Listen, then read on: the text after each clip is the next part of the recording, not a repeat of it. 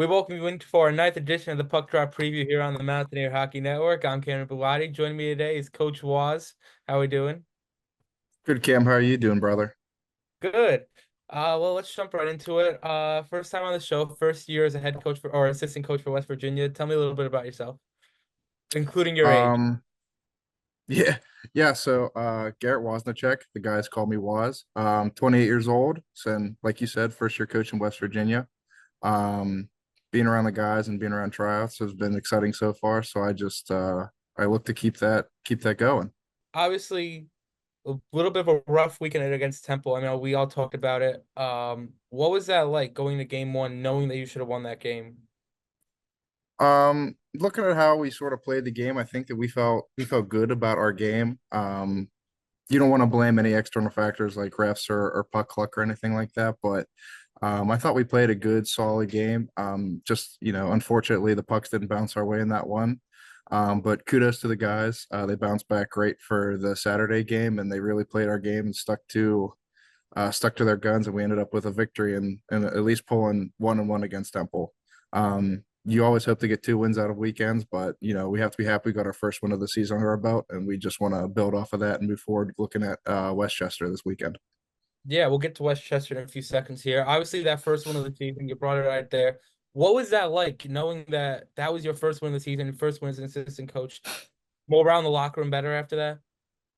The Friday loss was tough because we thought we played amazing hockey. We were happy with how we played. We just didn't get the win. So we had the tough weekend at Pitt, and going to that weekend expecting two wins. So the vibes were a little low, but getting the first win underneath our belts after that Saturday game was, the boys were electric.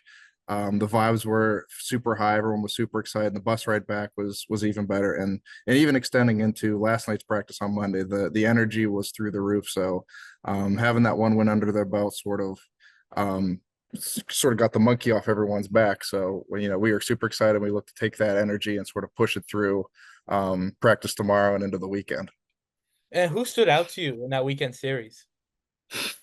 Bruno, he took that energy that he brought from the pick game, carried it right through into the games against Temple.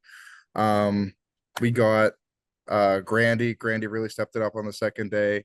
You really noticed him, taking over on the ice. Um, Jonesy and Leo, that whole, even with Falzer, that whole second line that we had, just the energy that they brought into the game, the relentless forecheck, the offensive chances that eventually translated into goals. So, but top to bottom, the guys, played great all weekend. But if you just look at the line with Falls or Leo and Jones, the energy that they brought with their forecheck and their battles and their puck zone control really set the tone for the rest of the team. And we were really happy with everything they brought, but that line really stood out with how they just played the game that we try to play as West Virginia hockey. And then, on Saturday it translated to goals and we got the win because of it. So, um, but that was probably the group that stood out the most, those couple guys. But, the boys top to bottom played great. Nev got his first goal of his collegiate career. So shout out to Nev, after bouncing back from his Friday game where we unfortunately had to scratch him. So he sort of had that chip on his shoulder going to Saturday, and he showed us why that was sort of the incorrect decision by giving us the game tying goal. So the whole group on Saturday played wonderful hockey. So we couldn't be happier, and we just hope to keep that going throughout the week. Yeah, for sure. And like you mentioned, upcoming weekend it's against Westchester. Now we'll Mhm. start off with what we know, or at least what I know. Westchester beat IUP 5-0, and I hope Mhm. and everybody else knows IUP has been a thorn in West Virginia's side for a while now. What does that show that Westchester can go and beat IUP 5-0? What kind of challenges that does that bring up in your head? Well, we know that Westchester is going to be a tough match. They won their league last week, but if you look at last season, we beat IUP for nothing. So it just goes to show that if you play the hockey that you want to play and you stick to your guns, you don't let stuff become too big, and you don't get too worried about external factors. Anything can happen in this league, so we don't really look at that score as something that we should be concerned with. We just goes to show that they're going to be a tough match. IUP is a good team. We know Westchester is going to be a good team, so.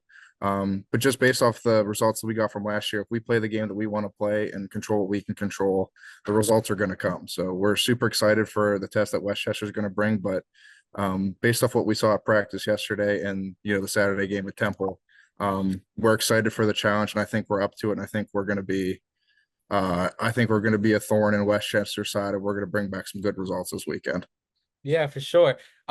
Like to your point there, I know it's early in the week. I know at the time of this, it's only Tuesday. Any scouting you've done on Westchester? We've done a little bit of scouting. We have a couple of their guys. I know we spoke about this whenever we got back Saturday night, but Westchester's hard to find film on. But we were looking at IUP's numbers, so we have their scores, we have their lines.